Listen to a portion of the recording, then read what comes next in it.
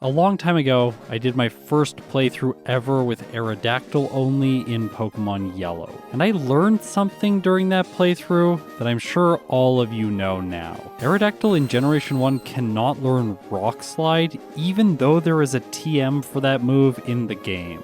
Now, I have more recently done a Generation 2 playthrough with Aerodactyl, and in those games it was given Ancient Power, which is nice. It now has a same type attack bonus rock move, and I was hoping that coming into Pokemon Emerald, Aerodactyl would learn Rock Slide here. And luckily enough for me, it does, but not in a way that is accessible during a regular solo challenge. It learns Rock Slide through one of the move tutors at the Battle Frontier, so yeah, I would only get that move for Steven, and I would have to farm so much BP that it just isn't going to be possible, because whenever I do these playthroughs, I am always on the clock. So unfortunately for me, once again, Aerodactyl's best rock-type move is going to be Ancient Power. Now I want to explain something about my Aerodactyl videos. I tend to think of my solo Aerodactyl videos as sort of their own little sub-series in my overall solo series. In these videos, I like to reflect on the nostalgic memories that I have with the game that I'm playing at the time. So today, I'm going to share my nostalgia about Ruby, Sapphire, and Emerald as I go through the game and beat it with only an Aerodactyl. The rules are always listed in the description, so check them out if you're confused why I'm making a certain choice. And with that, let's start talking about some of Aerodactyl's specifics. Unfortunately for it, it has a slow growth rate, which is probably the worst growth rate overall. I gave my Aerodactyl an Adamant nature to boost its attack stat and lower its special attack stat, because that just makes sense when we look at Aerodactyl's base stats. It has 80 HP, 105 attack, 65 defense, 60 special attack, 75 special defense, and 130 speed. I always find it kind of weird that Aerodactyl has so much speed, and then it learns moves like Agility and Scary Face, which are both speed control moves. It's gonna move first anyways. Why would it need these moves? Outside of that, for level up moves, it gets access to Wing Attack, Bite, Ancient Power, and Hyper Beam. Through TMs and HMs, it gets Dragon Claw, Sunny Day, Rain Dance, somehow it gets the weather moves, Iron Tail, Earthquake, Flamethrower, Fire Blast, Rock Tomb, Aerial Ace, Steel Wing, and Fly. Honestly, that's not a particularly bad set. Also, both of its typings and most of its coverage moves, with the exception of the dark moves and the fire moves, all are dealing physical damage utilizing its higher offensive stat, so that's really nice. So in the early game, I make sure that I defeat all of the trainers because I need as much experience as possible. I also get lucky and I end up catching an Abra, which does have a small time benefit to it throughout the rest of the playthrough. I hear a lot of people mention to me that I should never catch this Abra because it unfairly benefits some Pokemon, but I don't really think that that's the case. You usually catch this Abra whenever you have to do extended training for Roxanne. So for these playthroughs, if I run into the Abra, I am going to keep allowing myself to catch it. After all, it takes long enough to beat Pokemon Emerald, like please do not make me suffer more. Now unfortunately for Aerodactyl, it does need a good way to defeat Roxanne, so I'm going to train in Rust Turf Tunnel against the Whismur to get some HP EVs, as well as to get to level 15 where I can finally learn Bite. After all, in Generation 3, this move deals special damage, which will be useful against her Geodudes. When I have enough experience, I head back to the gym, defeating the trainers in here, and with that, Aerodactyl is level 15 and ready for the first gym leader.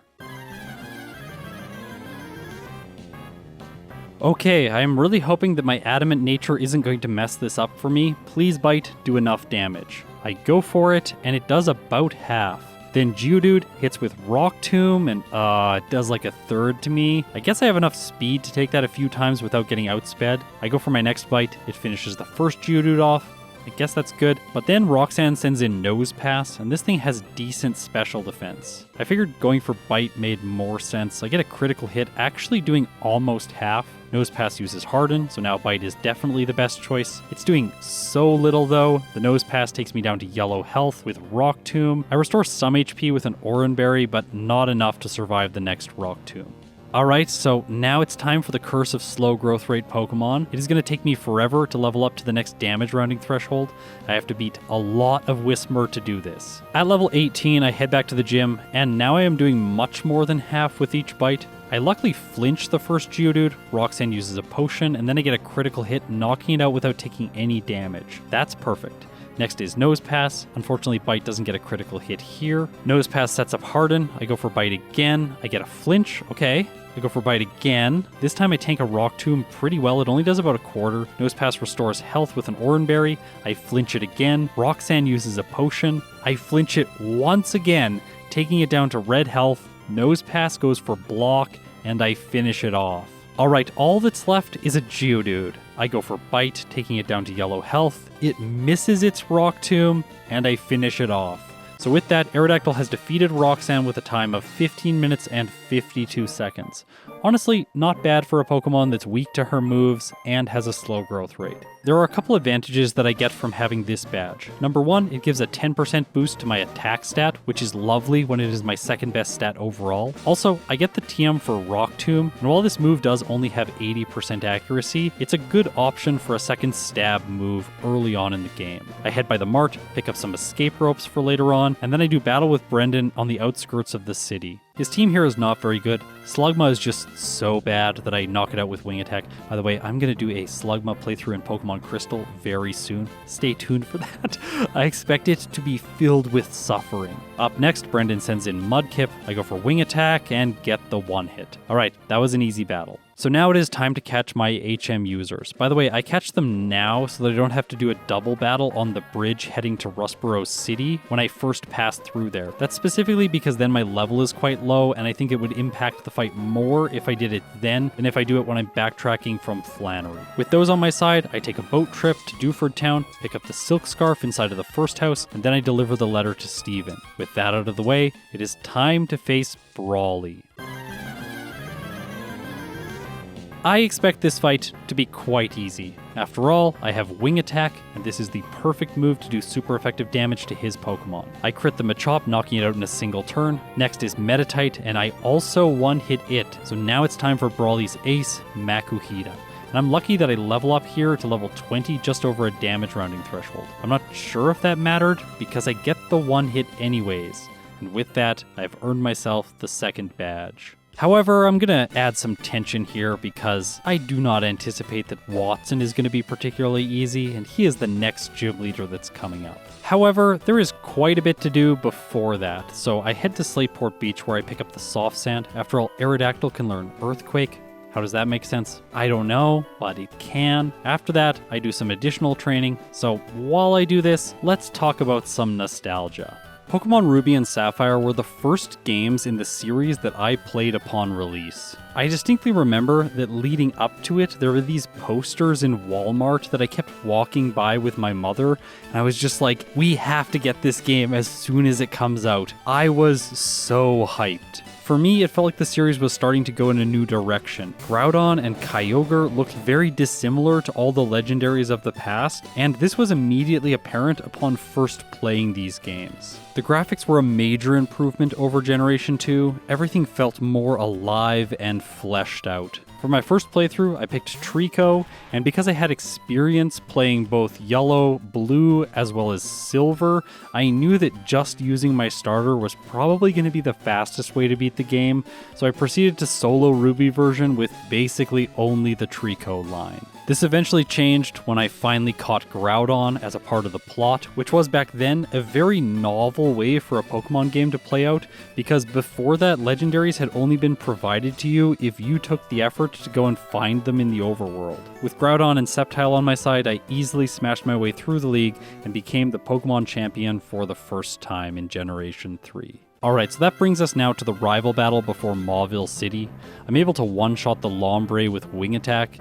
Next he sends in Slugma. I miss a Rock Tomb here and get hit by Juan, which is so annoying. Instead of missing again, I just use Wing Attack to knock it out on the next turn, and then I fall asleep after the Marshtomp comes out. It goes for Bide. I wake up right away, hitting Wing Attack, taking it down to yellow health. However, I'm fast enough to get in one more hit before it unleashes energy, and with that, I take an easy victory over the rival. Alright, so now I've made it to the Mauville portion of the game, and here I just want to mention that as a kid, I spent so much time here, probably more than any other area in the entire game. That is mostly because I was breeding Pokemon and hatching eggs constantly. I still didn't know about shiny Pokemon, and strangely enough, I never actually ran into any. This area just felt like the best place to hang out when you didn't want to reset your save file, but you still wanted to play Pokemon. I specifically remember being quite disappointed with these games because I was was assuming that you would be able to go back to Johto as well as Kanto and play through those regions once again. I remember thinking to myself that perhaps there was some secret area in the game that you could use to gain access to these regions.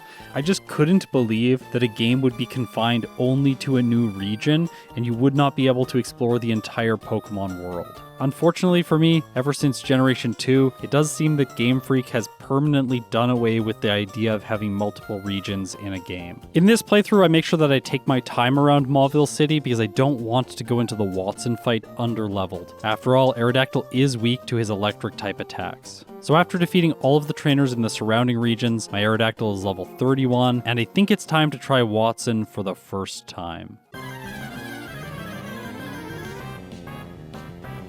Up first is Voltorb. I figured that here going for Ancient Power was my best bet. After all, it's going to do the most damage. And I luck out because I immediately get the Omni Boost, boosting all of my stats by one stage. So that is a really nice way to start this Watson fight off. Next is Electrike. I go for Ancient Power again. Unfortunately, this triggers Static, forcing Aerodactyl to eat its Cherry Berry. However, then Watson doesn't send out Magneton next, and instead he chooses Manectric. This is beneficial for me because the Magneton would have paralyzed me with Thunder Wave, whereas now Watson isn't going to get a chance to do that. He sends in his Magneton last. Here I use the move tutor in Slateport City to teach my Aerodactyl Swagger so that I can confuse the Magneton right away. It hits itself, I use Ancient Power, taking it down to yellow health. It doesn't hit itself, but it only uses Supersonic on the next turn and it misses.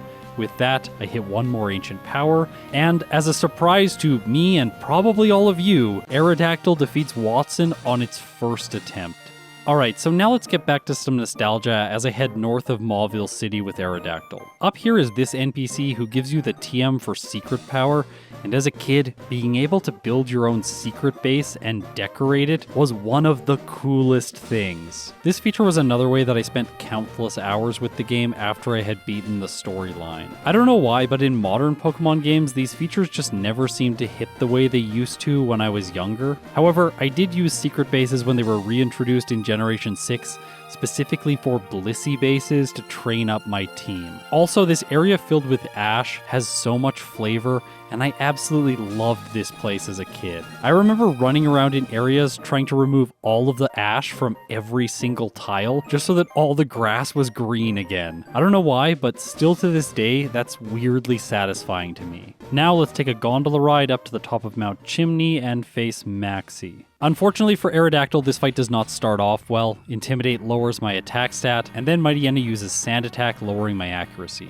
So now Wing Attack is going to have a 75% chance to hit. Luckily it does, taking out the Mightyena, and I move on to the Zubat. Here, Wing Attack misses, but this Zubat can't really do anything to me. I resist its Wing Attack, and then when I hit on the next turn, I get a critical hit, knocking it out. All that's left over is the Camerupt, and here I get another lucky critical hit, finishing it off in a single turn. Alright, so in Lava Ridge Town, I'm going to talk to this old man and grab myself the charcoal. This will be useful later on because I'm probably going to be using Flamethrower. After that, I stomp my way through the gym trainers, saying no to Scary Face along the way, and now it's time to take on Flannery. Alright, so I expect that this should be fairly easy. After all, the rock type stacks up really well against the fire type. It both resists it and is super effective against it. Ancient Power knocks out Numel in one hit and the Slugma in one hit. Unfortunately, I didn't get the Omni Boost. Next is Camerupt. Now the ground type resists the rock type, so in this case Ancient Power is only doing neutral damage. Camerupt sets up Sunny Day, and then I knock it out with a second Ancient Power. Alright, all that Flannery has left is Torkoal. I go for Ancient Power. It does surprising amounts of damage. Torkoal strikes back with Body Slam, doing very little. Then Flannery uses a Hyper Potion, but I really don't think it's going to save her ace. Ancient Power takes it back down to yellow health, and then I use Wing Attack to finish it off with a lucky critical hit. Alright, so Aerodactyl has proceeded through the first 4 gym leaders with relative ease. Now here I want to talk about something that is really nostalgic for Generation 1 and 2. In those games, I was young enough that I just constantly got lost and had no idea where I was going. Plus, the internet wasn't really a thing yet, so you couldn't just look up a guide to get the help that you needed whenever you wanted. However, by the time that Generation 3 came out, I was starting to become aware of the internet, and I distinctly remember asking my parents to go on it to look up Pokemon information. However, one area of the game where I did get stuck was at the desert because I really wanted to explore it, but every time I tried, the game would just tell me like, no, you can't go there, there's too much of a sandstorm. And that was really frustrating. Eventually, one of my friends told me that I needed to defeat Flannery and get the go-go goggles in order to explore this area, and overall, this whole process took a while to figure out because you have to go to Meteor Falls, see the little cinematic, then backtrack all the way, go up the mountain in the gondola, fight Maxie, and then eventually find your way down to Lava Ridge Town. I have to say, of Generation 3, this is the area that sticks out most in my mind as being confusing on an initial playthrough. I wonder what you think. Did any of you get stuck here when you were a kid? Okay, so now let's head into the fight against Norman. Here, I expect Aerodactyl to have very few problems. After all, he is a normal type gym leader, so he's not going to be able to do that much to me. Ancient Power 1 hits the Spinda, and then it 2 hits the Vigoroth. Still no Omni Boost. Next, he sends in Slacking. Now, this thing does no counter, so I have to be careful against it. What I can do is set up Swagger on the first turn so that I'm not dealing damage to it. Next turn, I use Ancient Power. By the way, I didn't know that if it's confused, it actually doesn't have a chance to hit itself when it's loafing around. That is a little bit annoying. Anyways, on the next turn that it could use counter, I just use Bite, which is a special move in Generation 3. This means the Slacking's counter fails, and that allows me to take it down to orange health with another Ancient Power. Slacking eats its Citrus Berry, I use Swagger again to re-establish confusion, it hits itself, taking it down to red health, and then I use Wing Attack because Norman is going to use a Hyper Potion. Bite foils counter, Ancient Power takes it down to orange health, I get the Omni Boost, and then Norman uses another Hyper Potion. Kind of annoying, but because I got the boost, I can easily use Wing Attack, Bite, followed by Wing Attack to knock his ace out. All that's left over is Linoon, which I easily one-hit with Wing Attack, earning myself the 5th badge. With it comes a 10% boost to my defense stat, which is actually pretty nice. I always forget this, but Aerodactyl has more special defense than it has physical defense, which always seems weird to me just because this thing is a rock type. So now it's time to explore the longest route in the game, the one that leads to Fort Tree City. And here my nostalgic memories are going to take a bit of a turn towards the negative. When I was playing these games, I remember absolutely loving them. I was breeding Pokemon, constantly harvesting berries all across the region. I was making Pokeblocks and exploring the Safari Zone, as well as doing contests and making secret bases. I was having the time of my life. And honestly, I wanted to do these things non-stop for over a year. These games were my obsession. I didn't really play anything else on the Game Boy Advance. I played a little bit of Super Mario World, but not nearly as much. I ended up going on vacation to the Okanagan. I stayed on a lake, and there I met a couple other kids who were playing Ruby and Sapphire. 2 of them were brothers, and each one had one version of the game, so they were able to get the completed Pokédex all by themselves. I remember being a little bit jealous of this, and so I decided to ask my mom if I could get Sapphire version. Fast forward to the next Christmas. By the time I had Sapphire version under the tree, the general Pokemon mania that had happened in the late 90s had started to cool down. As a result, not very many of my friends were talking about Pokemon anymore at school, and while I was very excited to play Sapphire version, I realized that it wasn't the best thing to go to school and be excited about. I remember at school, people were really excited about things like Yu-Gi-Oh! As well as Beyblades, and Pokemon had definitely fallen out of favor. We had all grown up with the games from about the time we were 6, and at this point, I was around 11 or 12, and yeah, Pokemon just wasn't viewed as the cool thing to do. I actually remember at this time in my life feeling quite sad about this. I would think back on the glory days of Pokemon and remember when most of my friends were excited to play these games, and that excitement had just sort of died down. By the time Fire Red and Leaf Green came out, there was essentially only one other kid who was still playing the games alongside me, and it just felt sort of lonely. Now when I reflect on these games, often the first thing that comes to my mind is the fact that these were the games when Pokemon stopped being cool. And this was also going to be the last generation of Pokemon that I would play until much later in my life. Anyways, before we pick up on that story and continue with it, I'm going to teach Aerodactyl's secret power. Bite isn't very useful anymore, so I'm going to replace it. And with this upgrade to my moveset, I am now ready to face Winona. I don't expect this to be a particularly difficult battle just because of how my type matches up against hers. I'm able to knock out her lead in a single hit. Next is Pelipper. It's probably just going to go for Protect, so I use Swagger so I don't deplete any of Ancient Power's PP. On the next turn, I knock it out, and then she sends in Skarmory. Now, I'm definitely not going to be able to one-hit this thing. Ancient Power does half, Skarmory misses a Steel Wing, and I don't knock it out with my next use of Ancient Power. Okay, so Winona is going to use a Hyper Potion here. Now, the frustrating thing about this is that I'm going to run out of Ancient Power uses without being able to knock out the Skarmory. Also, it's doing a decent amount of damage to me, so by the time I finish it off with Wing Attack, I only have red health remaining. I'm honestly not liking my chances anymore. I go for Wing Attack, it does half. Altaria sets up Dragon Dance, eats its Oran Berry. Yes, her ace has an Oran Berry. It's so strange. Because Aerodactyl has amazing speed, I am still faster than the Altaria. I hit another Wing Attack, taking it down to red health. It sets up again, but I am still faster. She uses a Hyper Potion, but this means I get 2 more Wing Attacks in, and the second one gets a critical hit, finishing the Altaria off. Okay, I actually might do this because her last Pokemon is Tropius, which is a grass type. It takes super effective damage from Wing Attack, and it goes down.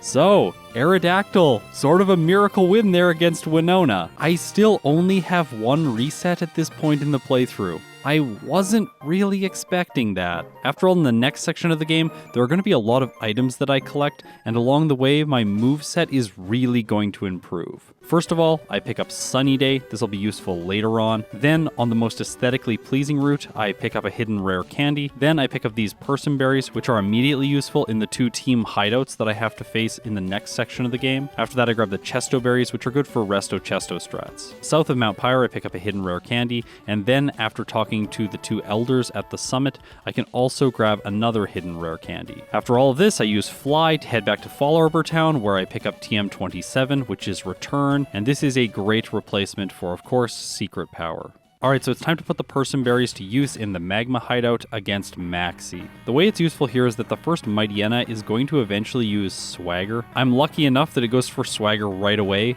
then I heal the confusion with the berry, and after that, I can now sweep through the rest of his team with +1 attack. Okay, so now it's time to use the second Person Berry in the fight against Matt. This is basically the exact same thing as the previous fight. The Mightyena comes out, intimidates me, then it usually goes for Swagger or Scary Face. My Person Berry heals the confusion, and then I sweep. With the 2 hideouts finished off, I usually explore the route to Pacifidlog Town just to do a little bit more training, as well as to grab a second TM for a return. Also, just west of the city, if you follow the current in the correct order, then you can grab a rare candy. After that, I head to Moss Deep Gym, where I finish off the trainers, and now it's time to take on Tate and Liza.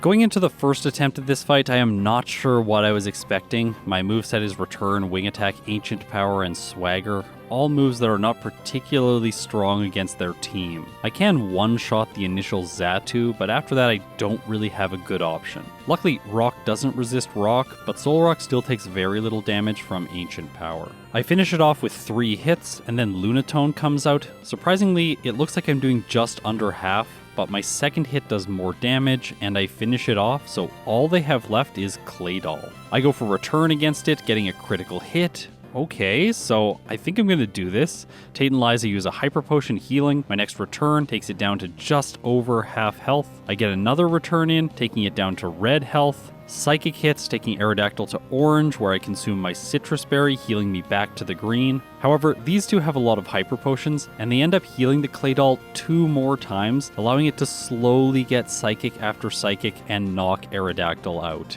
Alright, so I'm going to fly back to Slateport City and talk to the TM shop where I can buy Hidden Power. This is specifically because I set it to Hidden Power Ghost for this run, so I can replace Swagger, and now I'll have more reliable damage against their Psychic-type Pokemon. Of course, Ancient Power one-hits the Xatu on the first turn, and then I go for Hidden Power against the Solrock. It does more than half, so that saves 1 turn. Of course, I still easily 2-hit the Lunatone as well, but the question really is, will I 2-hit the Claydol? And the answer is yes. I've earned myself the 7th badge, and with it comes a boost to my special attack, as well as my special defense. Up next is the storyline, and just before it concludes, you get access to the TM for Earthquake, which right now I think makes sense to teach in the place of Hidden Power Ghost. After all, I can just relearn this move later on when I have to face Phoebe. Archie's up next, and by this point I am powerful enough that I'm not worried about his team. I don't have a person berry left over, so I can't use that strategy, but it doesn't matter anyways, and I finish him off on my first attempt. Okay, so it's time for the awesome cinematics. I've talked a lot about my nostalgia of these. They were so cool when I was a kid. As someone who didn't spend a lot of time playing other contemporary games which were much more advanced at this time, these felt like the peak of technology, and there is something about them that just ages quite well. Whereas a lot of 3D graphics from this era look absolutely awful, I find games with pixel art much easier to come back to. They look dated, but they still look quite good. It's clear that an artist sat there and put together these little animations, and there's just so much care in each frame. Okay, so with that out of the way, now let's take on Juan. Okay, so up first is Love Disc. I just one-shot it with Return. Up next is Celio. I one-shot it with Ancient Power. Crawdont's next, and I figured that I would use Ancient Power here to 2-hit just in case I get the Omni Boost before the Kingdra. However, in this case, I don't get it. I kept using Ancient Power in hopes of the Omni Boost, but I don't get it in time, and the Kingdra polishes me off with Ice Beam. In the next fight, I am much luckier. I get the Omni Boost against the Crawdont, and then my first Ancient Power against the Kingdra gets a second Omni Boost. This is payback for the Pokemon Crystal Aerodactyl run where I hardly got the Omni Boost at all. That is because in Generation 2, when you use a move, there is no chance for the secondary effect to trigger if you knock out the opponent's Pokemon. Obviously, for most moves, this isn't a problem, like you're not going to inflict paralysis on a fainted Pokemon, but for Ancient Power, it definitely is a problem. Because of this awesome power upgrade, I'm easily able to finish off Juan's team. Okay, so now I want to bring to close the story that I had started earlier about my friends starting to leave the franchise while I was playing these games. I ended up purchasing both Fire Red and Leaf Green and playing them myself while talking to my one friend who is still playing these games, but eventually the fact that no one else was playing Pokemon ended my engagement with the series, and I didn't really choose to play these games myself. However, there was still hope, because I specifically remember going and babysitting some kids in my neighborhood. This was my first job, by the way. I was like 14. I wanted to save money so that I could buy a guitar amp. I was really into playing music at this time. And when I went to babysit these kids, I saw that they had a Game Boy Advance, and they were trying to get through the league in Pokemon Emerald. This surprised me because at this point, the game was kind of old for me. However, they seemed to be really enjoying it. However, they were quite frustrated by the Hoenn League because their team just couldn't get through it. Now, in an effort to do a really good job as a babysitter, I told them if they all went to bed early before their parents came home, that I would beat the league for them. They very quickly agreed, went to bed, I went to work, and I was able to, by the end of the night, defeat the entire Hoenn League, and the parents arrived home to a house of kids that were completely asleep. So once again, it looks like I was using sleep strategies. I think at the time, I sort of wrote this experience off, but really when I was leaving the franchise, a whole new group of people was joining in. So I'm actually really curious to know if you're a viewer of my channel, was Generation 3 one of the first Pokemon games that you played? Alright, so now I have made it to that notoriously difficult league. Just before it, I'm going to make a few updates. I'm going to teach Aerial Ace in the place of Wing Attack, and then I head back to the route by Meteor Falls, where I can collect more Person Berries. These are going to be immediately useful for me, because the first member of the league is Sydney. The first member of his team is Mightyena. It feels like way too many teams start with this Pokemon in this game. All of the enemy leaders, the enemy admins, and then Sydney. I realize now that I forgot my Person Berry in this fight. Also, the Mightyena lowers my accuracy once, which is really annoying. And then it uses Crunch, lowering my special defense.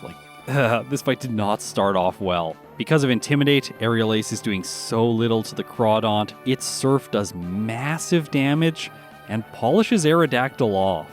Alright, so let's give Aerodactyl the Person Berry. That's obviously just a simple mistake. You can tell here that I was hoping that this Mightyena would use Swagger, but if you look on the right hand side of the screen, this Mightyena does not in fact have Swagger. Its annoying move is Sand Attack. However, I do get the Omni Boost from Ancient Power, and this allows me to 2-hit the following Crawdont, moving on to his ace, Absol. This thing loves to set up Swords Dance, so I'm pretty sure I'm going to be able to knock it out. It heals with a Citrus Berry, taking it above half health. This allows it to just barely survive my return, and then it hits Rock Slide, knocking Aerodactyl out. Alright, I went into the league at level 52, and this is because Aerodactyl has a slow growth rate. I think now it's time to invest in training. I spend a significant amount of time doing this. I actually fight the rival just outside the Lily Cove department store. I very rarely do this in my playthroughs. After that, I felt like I probably had enough experience. I'm now level 58, so let's head back to the league and face Sydney once again. You can see that I haven't corrected my mistake with the Person Berry. It's kind of annoying. Luckily, my very first use of Ancient Power triggers the Omni Boost. I did have my accuracy lowered, but I can just use Aerial Ace now to 2-hit the Crawdont as well as 2-hit the Absol. With those two Pokemon cleared, it's going to be easy to sweep the rest of his team because they're both grass types and Aerial Ace gets easy 1-hits. Alright, so Phoebe, I make the same mistake here that I made against Tate and Liza. I did not teach Hidden Power Ghost, and as a result, Aerodactyl ends up losing my first fight. Alright, I'm going to fix that mistake by teaching Hidden Power in the place of Return, and now Phoebe should be much easier. I use Aerial Ace on the first turn just so that Pressure doesn't lower Hidden Power's PP without doing any damage. Unfortunately, the first Dusclops doesn't go down to Hidden Power. This allows it to set up Confuse Ray and then go for Curse, which means I've lost this fight again. What made that strategy possible was the fact that Phoebe used a Hyper Potion. So I can use Aerial Ace to do a little bit of damage and then use Hidden Power to get the KO so that she doesn't use the potion. After that, the fight is going to be much easier. Hidden Power 1-hits the first Bayonet, I 2-shot her Ace Dusclops, and then I 1-hit her second Bayonet and 2-hit the Sableye. Okay, so it's time for Glacia. This fight is a bit of a mixed bag because it takes super effective damage from her water and ice type moves. However, Ancient Power is able to one-shot her first 2 team members. Her second Celio just barely survives though. I switched to using Aerial Ace to knock it out in 2 hits. That way I could save Ancient Power PP for her second Glalie as well as her Walrein. I have a small whoopsies against the second Glalie because I select Aerial Ace and it only does half. This allows it to hit me with Ice Beam, and then Hail damage takes Aerodactyl into the red before I finish it off. Alright, so I'm just hoping that Ancient Power 1 hits the Walrein, and it does not, so Aerodactyl faints. However, there's a lot of upside to this battle because I'm using Ancient Power so much, so in the next fight I do get the Omni Boost, and this allows me to one-shot the Walrein with Ancient Power. And with that, I am proceeding to Drake's Chamber. Now, here's the thing. He has 2 Flying-type Pokemon, Altaria and Salamence. Flygon has Fly in its name, but it's in fact a Ground-type. Very frustrating. I figured that my moveset was pretty stacked and that I would be able to get through this battle with just raw damage. I'd probably also get the Omni Boost at some point, but I'm already in the red by the time I knock out his second Pokemon, which is Salamence. I can't one-hit the Kingdra, and so it takes me out. Making matters worse is the fact that I can't 2-hit the Shelgon. This allows it to stack up Rock Tombs, lowering my speed so that Pokemon like the Salamence hit first, and then it can use Rock Slide, dealing massive damage to Aerodactyl. I wondered if maybe giving Aerodactyl the Silk Scarf and then teaching Return in the place of Hidden Power would give me better damage and the ability to 2-hit the Shelgon. And I am right, so that's one small improvement. However, Salamence is still taking 3 hits from Ancient Power, and it knocks me out. Alright, so I think it's time to black out now. After all, there is a TM that I can collect outside of the league that is really going to help Aerodactyl out. And that is TM02 in Meteor Falls, which is Dragon Claw. However, I don't want to prematurely go back into the league, so I'm going to level up a little bit more in Victory Road. While I do that, I want to do a little epilogue to the story that I told earlier, which was the twilight years of my original Pokemon phase. I ended up coming back to Pokemon in university around 2013 when X and Y were released. I didn't actually do this by my own choice. My partner at the time actually bought me a 3DS with Pokemon X so that I could play, and this really reinvigorated my passion for the game. I ended up downloading an emulator and playing through Pokemon Yellow, actually a few solo runs. I distinctly remember playing a Shelder-only solo run, and then I also went back and revisited Emerald, which was a game that I had never played to that point, and I tried to complete the Pokédex in it, which by the way is much harder than you'd expect. What I really value the most is the fact that the channel exists, and I now have a reason to invest more time in playing these games. I don't think I would have by choice just because of how I felt about the games, but now I'm really starting to fall in love with these games again. I have to say, it took a little while. My Emerald series has definitely been the series that was the slowest to get off the ground, but nowadays I genuinely find myself drawn to these games and interested to play more playthroughs. So anyways, Anyways, despite having some conflicted nostalgic feelings about these games, I honestly can say that now I've really fallen in love with them. But will I fall in love with Aerodactyl's performance? Well, let's find out. I start the league again at level 63. I get an early Omni boost against Sydney, and I wish this was enough to sweep through his team, but the Crawdaunt gets a critical hit with Surf, and so I actually end up losing. However, in my second attempt, I'm able to take a victory despite not getting the Omni boost. We're going to fast forward now back to Drake. Here, I'm going to teach Dragon Claw in the place of Hidden Power, and now I should have a better answer for most of his team.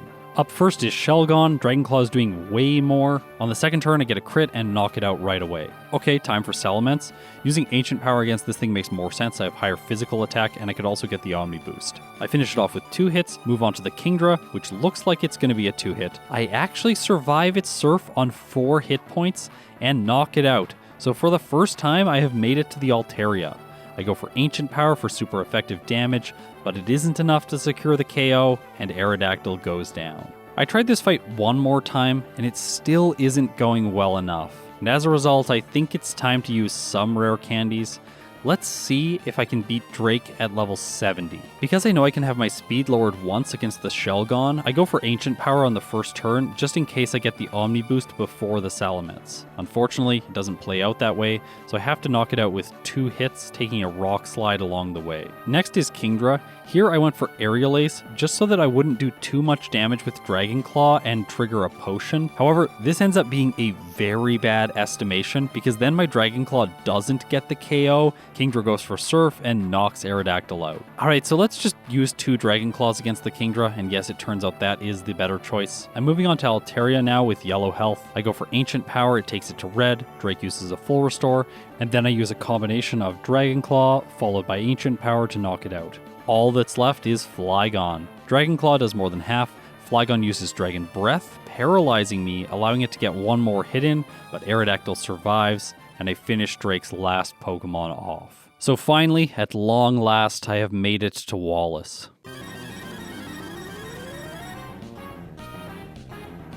I have to say, I am not feeling good about this fight, even at level 70. I go for Ancient Power against the Whale Lord, doing half, it sets up Rain Dance, and I knock it out on the next turn. Next, Wallace sends in Ludicolo, which is actually pretty good for me because I can use Aerial Ace to knock it out in a single turn. Okay, then he sends in Gyarados, which is unfortunate because that triggers Intimidate, lowering my attack stat for the rest of the battle. I use Ancient Power, it's not enough to get the KO. Gyarados sets up Dragon Dance, its speed isn't nice enough, so I move first and knock it out with another Ancient Power. Okay, this is actually going a lot better than I expected. I go for Earthquake against the Tentacruel. It has fairly low physical defense, and I knock it out in a single turn. Aerodactyl levels up to level 71, giving it a tiny bit more power, and now it's time to take on Wallace's ace, Milotic. As we saw from my video with this thing, it is absolutely amazing. Also, it has decent defenses, so Earthquake does less than half.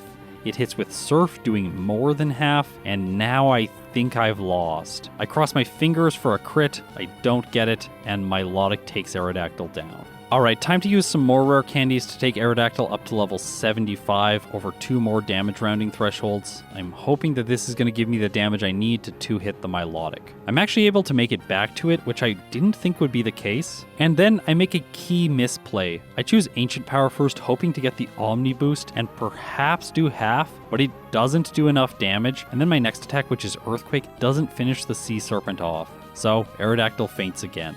However, if I just use Earthquake twice, this is going to be a simple KO. In this case though, I just get a critical hit, so I knock it out in 1 turn. I move on to the Whiscash with green health, and now I'm really liking my chances. I use Earthquake, finish it off in 2 hits after a Hyper Potion, and with that, Aerodactyl has finished off the Pokemon League. Alright, so with the slow growth rate Pokemon, I'm going to pick up one rare candy I very rarely get, which is in the Safari Zone. By the way, you can't actually pick up this hidden item if you talk to it from above. You have to be coming from the right-hand side. Anyways, that's a really weird quirk of Generation 3. I also really didn't want to go into the Steven fight under-leveled, so I decided to face Wally again in Victory Road. You can do this battle multiple times, it gives decent experience. This levels Aerodactyl up to level 76. Then to prepare for Steven, I give Aerodactyl a Chesto Berry and teach it Rest in the place of Dragon Claw, and then I teach Steel Wing over Aerial Ace. Also, I used 2 rare candies, so now Aerodactyl is going to be level 78 for this battle. Okay, so without further ado, let's try it out.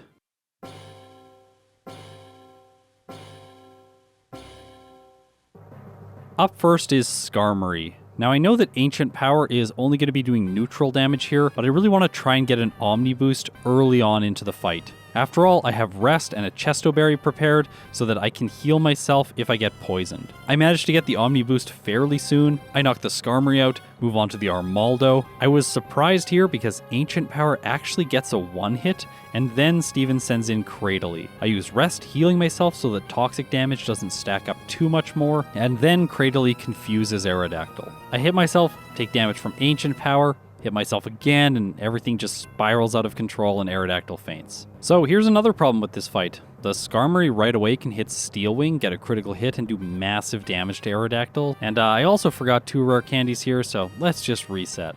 In the next battle, I managed to get 2 Omni Boosts on the Skarmory, which is just perfect for the rest of the battle. However, I was hoping to heal and go into the rest of the battle with green health, but the Skarmory is just doing too much damage. It's not missing Steel Wing as much as I would want it to, and Aerodactyl goes down because of a critical hit. Alright, so in the next battle, I'm going to have to proceed with only 1 Omni Boost. I finished the Armaldo off in 1 hit, and then I used Steel Wing to knock the Cradily out in 2 hits. I was quite lucky here because I survived toxic damage with only 21 hit points, and this allows me to use Rest and wake up with the Chesto Berry. And so now I have to take out the Claydol with either Steel Wing or Ancient Power. After all, it has Levitate, so I can't use Earthquake against it. This is going to take quite some time because Ancient Power is doing almost nothing to it, and it in return can use Ancient Power and Omni Boost itself. I do manage to eventually finish it off. Next, Steven sends in his ace, Metagross, and I figured that Earthquake would get the one hit here, but it doesn't.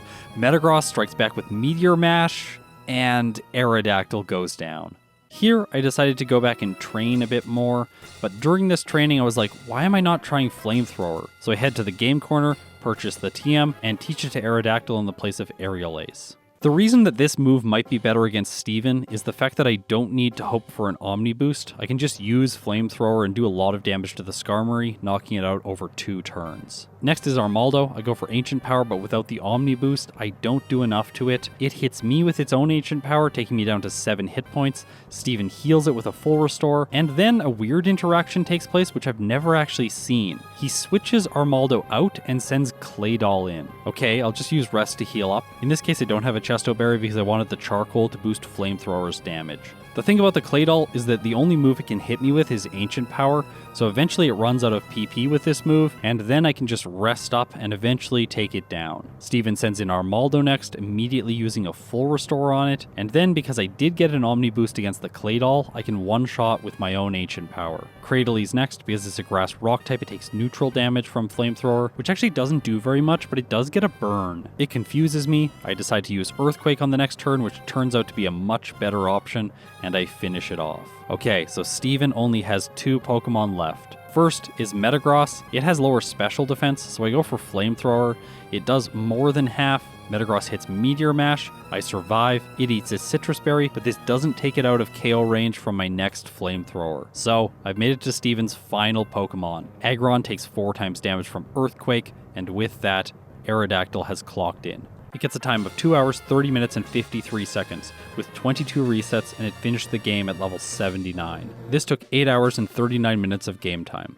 Okay, so let's reflect on these results. If this was December, I think I would be very impressed with Aerodactyl. After all, its time is around 19 minutes behind Mewtwo. However, I recently played Delcatty, which was absolutely terrible. Aerodactyl is only 3.5 minutes faster than that, so it really isn't that good. I have to say, I am really excited to redo Pokemon like Rayquaza, Mewtwo, and Flygon, just to see how well they can do with more modern skills. Don't get too excited for that though, because I want to finish a whole bunch of other new Pokemon first, before I eventually start revisiting these Pokemon. I've started to think about collecting data for these games as an ever-evolving process. There isn't really a way for me to satisfyingly do it in one video with a limited number of playthroughs. So it ends up being the case that I have to do multiple reattempts to try and refine my strategy as much as is possible. This ends up with a more enjoyable process for me because I play the game more, and hopefully that means more content for all of you, which I hope you enjoy. Alright, so I usually rank based on real time, but I also think for first attempts, game time is a pretty good metric to rank based on, so let's shuffle things around and see where Aerodactyl falls with its game time result. Well, in this case, it is behind Pokemon like Chimecho, Absol, and Mawile, while it is ahead of Pokemon like Delcatty, Blaziken, and Altaria. Overall, Aerodactyl is just sort of a middle-of-the-pack Pokemon.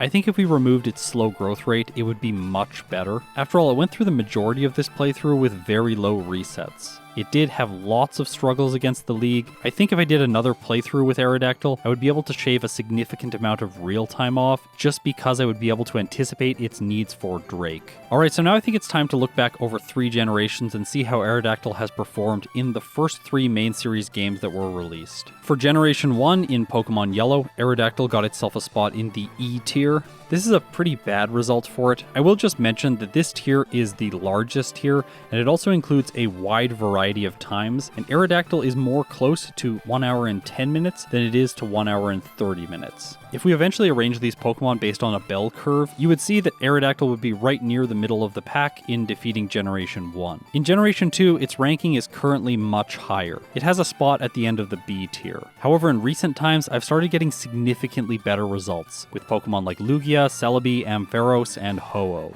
Also, it's worth mentioning that only this year did I start playing Pokemon Crystal with truly awful Pokemon, like Coughing and Pineco. By the way, there are more Pokemon like this coming to the channel soon. Yeah, Generation 2 is going to be pretty brutal. So across the first 3 generations of Pokemon, Aerodactyl has quite average performance. It underperforms the average just slightly in Pokemon Yellow, overperforms just slightly in Pokemon Crystal, and then is right in the middle for Pokemon Emerald. So by popular request, I am going to bring back my Emerald tier list. I had this back in my Love Disc video, but I didn't really continue with it because it takes a lot of time to update it. Plus, this is a real-time ranking of all the results, and I think I also need to make a game-time ranking of the results. So let's shuffle things around and see how they stack up if we rank based on game time. Also, just so everyone doesn't tell me that the way I'm doing this is unfair and Pokemon that I played a long time ago, like Butterfree, deserve more results, I'm just going to add this little label.